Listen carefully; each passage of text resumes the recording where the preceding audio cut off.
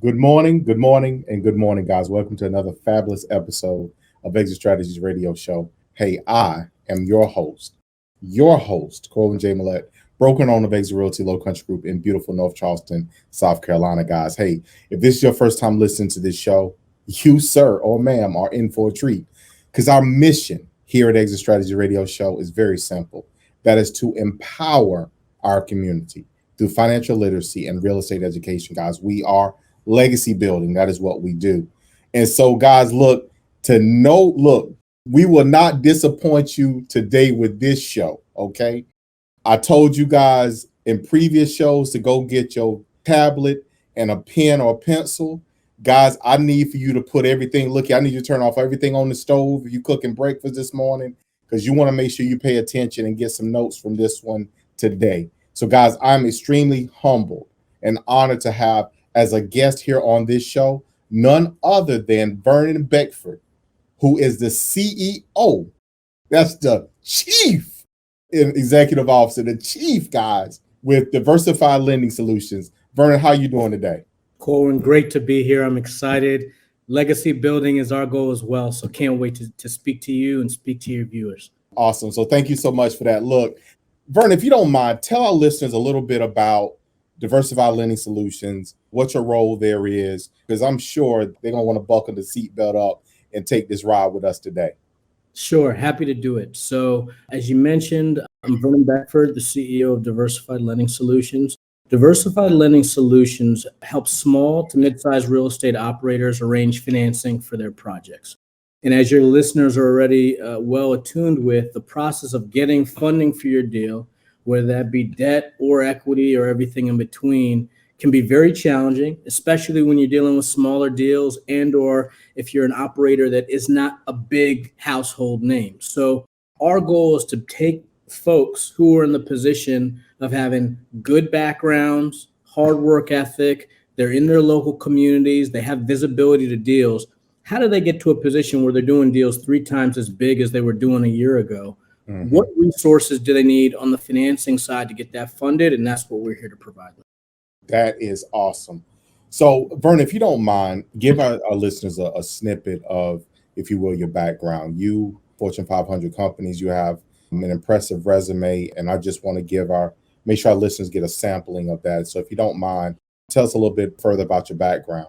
Sure, happy to do it. Born and raised in New York, attended Columbia University, and then jumped into the wheeling and dealing world of Wall Street, which was for me a really good opportunity to understand the nuts and bolts behind how businesses got bought, sold, how, you always saw articles in the beginning of the Wall Street Journal about mergers and acquisitions. Mm-hmm. Well, I said to myself, how does that work in real estate? You see folks that own shopping centers and you see these multi-high-rise buildings. Who's behind all of that and how are they getting that done? So I spent my years cutting my teeth on Wall Street and learning how these deals were structured, and ultimately ended up, as many did in the height of the last Great Recession, finding the world had changed dramatically.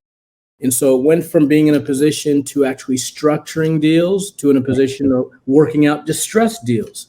Mm-hmm. And ultimately, I went back to business school, attended Harvard Business School, and then joined a firm called Global Atlantic, which was a spinoff of Goldman Sachs and is now owned by KKR.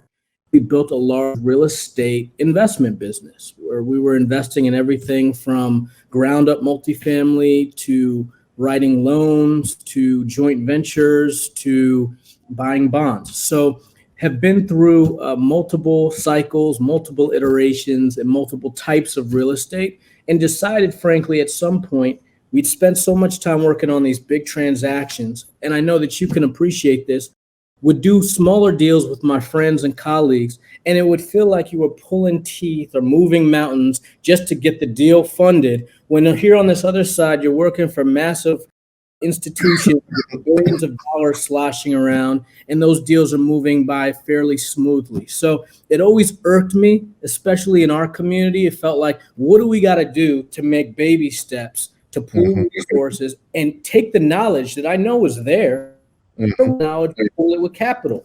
And so eventually my partner and I, my partner Eric Andrew, decided we need to start something to actually bridge that gap. Take the institutional knowledge that we've accumulated all these years and don't mhm, just store it and keep perpetuating the same deals. Bring it mhm, to Main Street where folks have the potential to use that information to take the next big leap. So they're mhm, not just investing in a one-off project and maybe they have one rental property, which is great.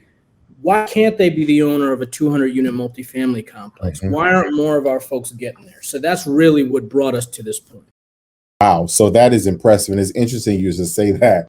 So maybe it might have been yesterday because I use this often in educating my agents. I'm a broker. We have a group here of about 17, 18 agents. And as educating them, I'm reminded I had a client one time that managed, he was a regional for an RV company for one of the large retailers or whatever of RVs. And he said to me in the purchase of a property, he was purchasing, I think maybe around 300,000 at the time. That was a number of years ago. Same house now was 600,000. And he said to me, he said, Cole, he said, I don't understand this. He said, I can get a motor coach financed at a $500,000, $1 million motor coach financed and out the door, and I can get it underwritten and financed in 96 hours. I can get the whole deal done in 96 hours. Why does it take y'all 30 days? Or why does it take you this long? I think at the time we were probably running around 40, 45 days on a Mm-hmm. residential transaction. He couldn't understand it. And so what you just said was the same thing. You watch the big conglomerates, if you will, make money move just like this, but yet and still here we are in our community trying to figure out how we're going to get these deals done. And it's taking us months to do what you guys done in days. Exactly. And I would say it's even worse than that, right? Because if the residential world is 45 days and the commercial is anywhere from, call it 40 to 90, depending on how quickly a bank moves, that assumes all the ducks are already in a row, right? Yeah. That's the smoothest timeline. So do you know how many times I get clients to come and say, hey, this deal's been in limbo for 3 months, 6 months, and people hear that and automatically assume, well, that must be because you did something wrong or because there's something wrong with the deal that you haven't been able to pull the pieces together. And that's frankly just not true. And in a lot of cases, the money that's available for these deals is just either so expensive, the terms are so punitive, or however that operator framed the deal to who they went out to wasn't framed the right way. So now that person is looking at the deal the wrong way and the deal doesn't get funded. And it just happens over and over again. Financing, is art. So your position is art. You got a canvas, which is the loan, if you will. And this is an analogy I came up with a number of years ago. And you got to take the pieces of people's lives, business or whatever, business and life and all that stuff, and kind of use the colors, if you will, to paint a picture that you can get a lender to approve and buy that loan. That's what you're doing. You're trying to put a deal together. So when you start looking at all of that, Vernon, it is impressive what you do. So let me ask this question. Are you guys nationwide? Are you guys helping fund deals across the country? So we are nationwide. I would say the overwhelming majority of our focus is the Northeast, the Mid-Atlantic, and the South. We actually Okay. have a project in Charleston right now. So that's a beautiful market. But our goal is really to be as expansive as possible. We tend to find that those are really specifically the Mid-Atlantic and I would say really especially the South, where a lot of the economic growth has been for the last several years. So it's no surprise that whether it be the Carolinas or Atlanta or Florida or the Charlestons, the Nashvilles, there's just a lot of inbound activity in those markets. You structure deals in a number of different ways, I would assume. So some of our listeners are very seasoned investors and they know what they're doing. They've been doing it for a while. And I will say that they don't know what you know. So they still need to talk to you because you probably can take them and scale them up. So the beginning investor who's looking at trying to fund a deal, what are some creative ways someone with limited capital can figure out how to structure or that you can help structure a transaction? Sure, that's a great question. That could be an hour or a couple hours in of itself. So I'll try to cut to the Reader's Digest version.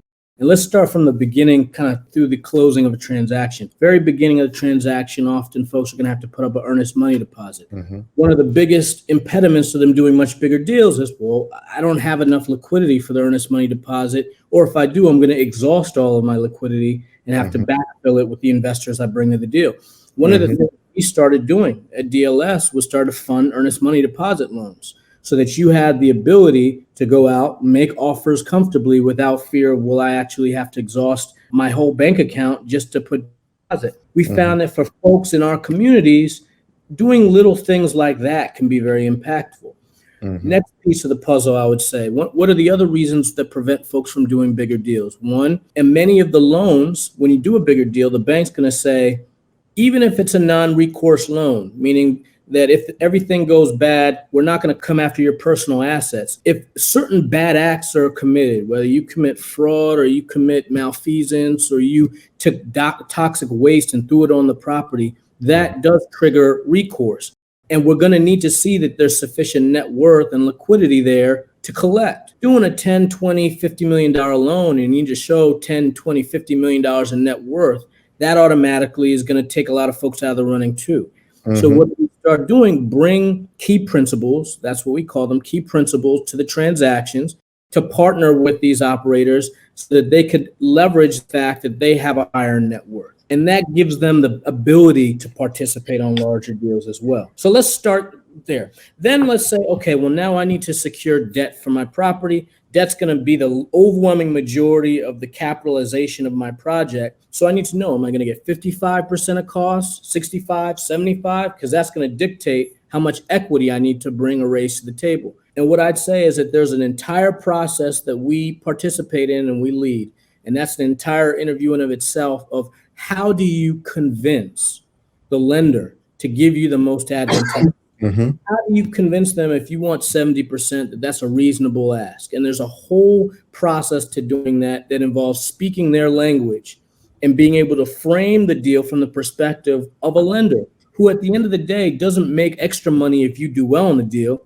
They just lose money if you screw the deal up. And so you need to convince them not why this is such a home run, but why from a risk management perspective, they're not going to lose their shirt or lose money on it. And that's a very different way to present it versus going out to your cousin or your uncle as to why this is such an exciting project. Look, we can't take this to, and look here, Vernon, y'all look here, and y'all listeners, please excuse me, but we can't take this out to the homeboy network. You know what I'm saying? We can't do that. We look here, we got to bring this to, and I love how you say that, key principles. Essentially, what we're talking about is JV, and it becomes a joint venture. You collaborate, you bring people together in order to get a deal funded, closed, and get it to successfully transition. And everybody wins in that situation. Everybody wins. Absolutely. I mean, that's what it's about, right? And there's plenty to go around, especially the bigger the deal you do. So what I found is that in our community, there's a lot of lone soldiers out there that are going out, they're hustling, they're putting their back into every property, and they're growing one property at a time. And there's an alternative where if you're doing big enough deals, right, there's plenty of more to go around, such that you can draft on other people's experience, their expertise, their financial strength. And then if you come together, now you have a pathway to doing that much larger transaction.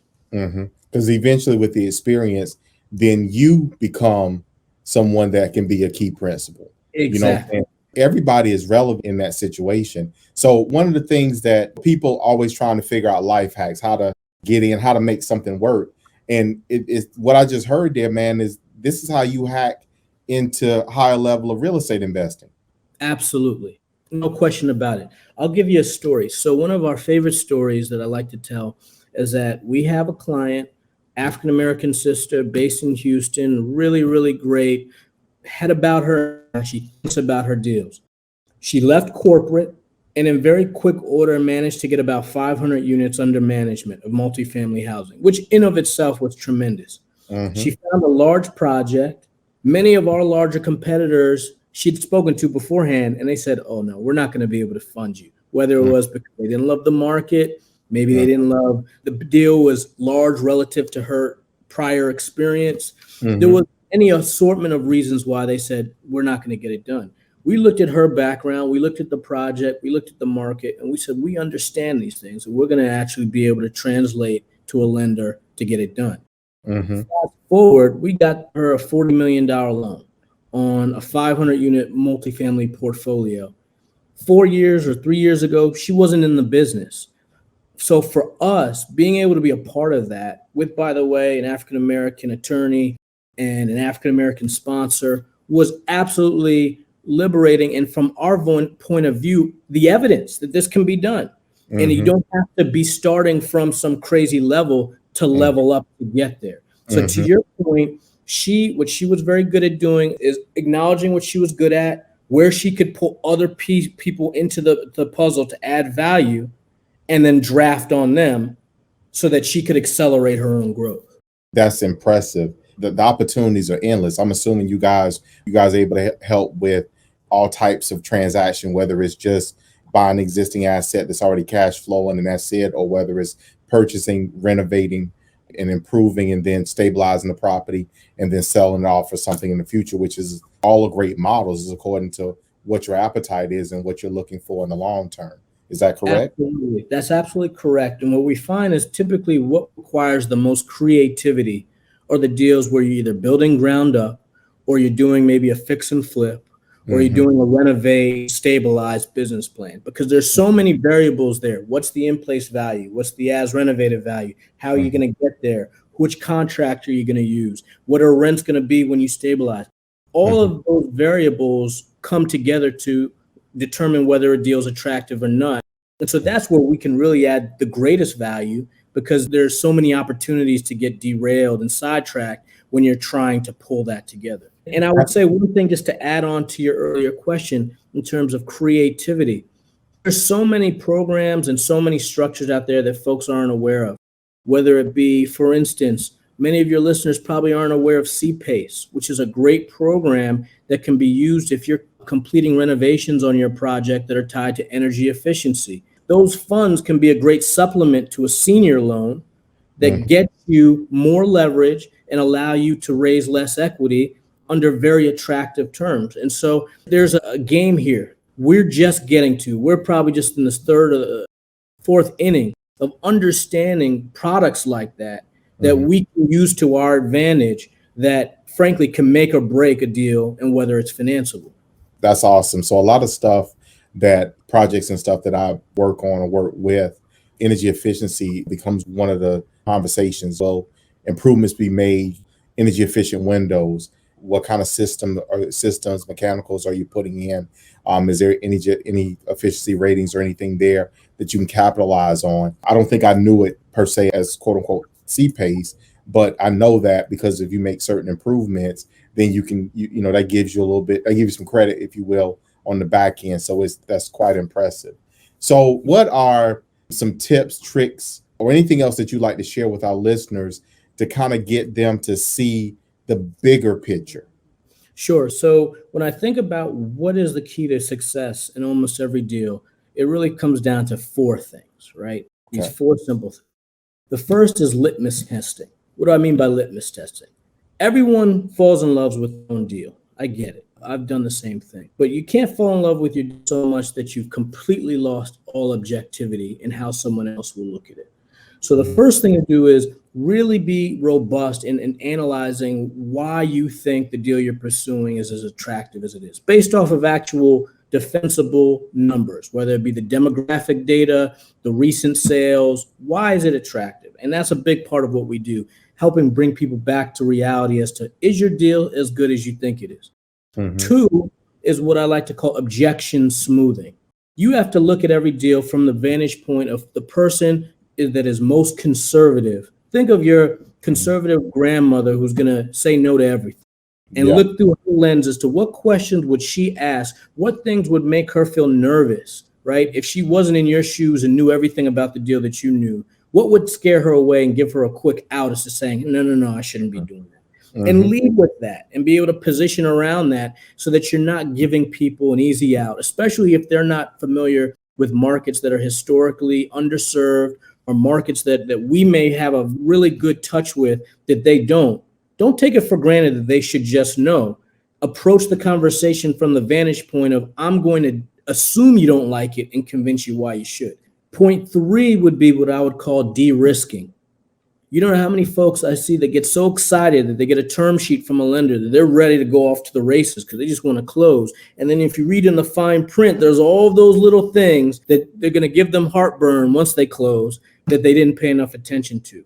So take a step back, look at the language that you're agreeing to, and be able to either really dig in or use people outside your network, whether it be your advisor or your lawyer or whomever, to watch it for the gotchas. Because inevitably, there's going to be something that is better serving your lender than it is to you.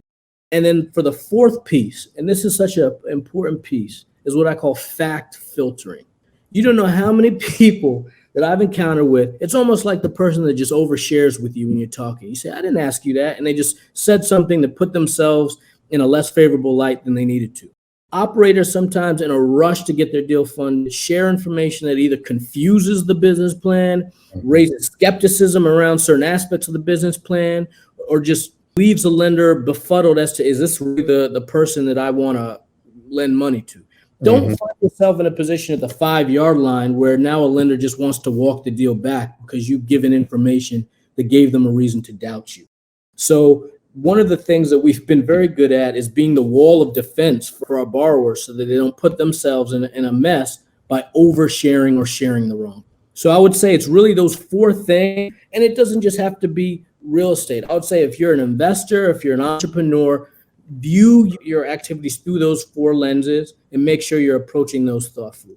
I like all of that, man. That is awesome because as you were talking, I'm just kind of, over here. Sometimes, people you just see, not saying that you should not see the silver lining, but you shouldn't miss the cloud because of it. You should have enough of a view, a rounded view, if you will, that really just kind of embraces everything so you can see the entire. Absolutely. It's extremely important not to miss that. So, Vernon, look, man, this has been an awesome conversation. You and I have to connect otherwise, so I'll definitely be in touch. But if you don't mind, for our listeners, how can they reach you? Absolutely. Thank you for asking. You can reach us at dlsloans.com, where you get more information about what we provide. We also have a newsletter, a free newsletter that covers a whole host of real estate related news. It's called the DLS News Flash, dlsnewsflash.com. And then if you want to reach out to me about a project, I live on LinkedIn. You can always freely reach out to me on LinkedIn. I'm a deal junkie, and we'll be able to sit down and talk about your project.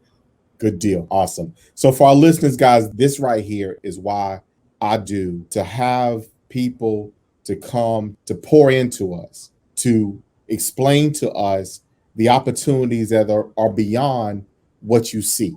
Because see, oftentimes we're so focused on just the picture in front of us, we miss the background, which encompasses it all. So Vernon, thank you so much for being on with us today. Thank you, my man, for being a part of the Exit Strategies radio show family, for dropping them jewels and those nuggets on our listeners. For our listeners, guys, please go to our website, exitstrategiesradioshow.com.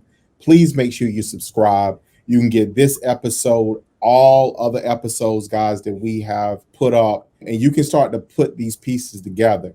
We've had people that have given you the hack on how to leverage yourself into multifamily deals, but now you got the financing piece of it. So now you got Vernon here who can help you fund that deal.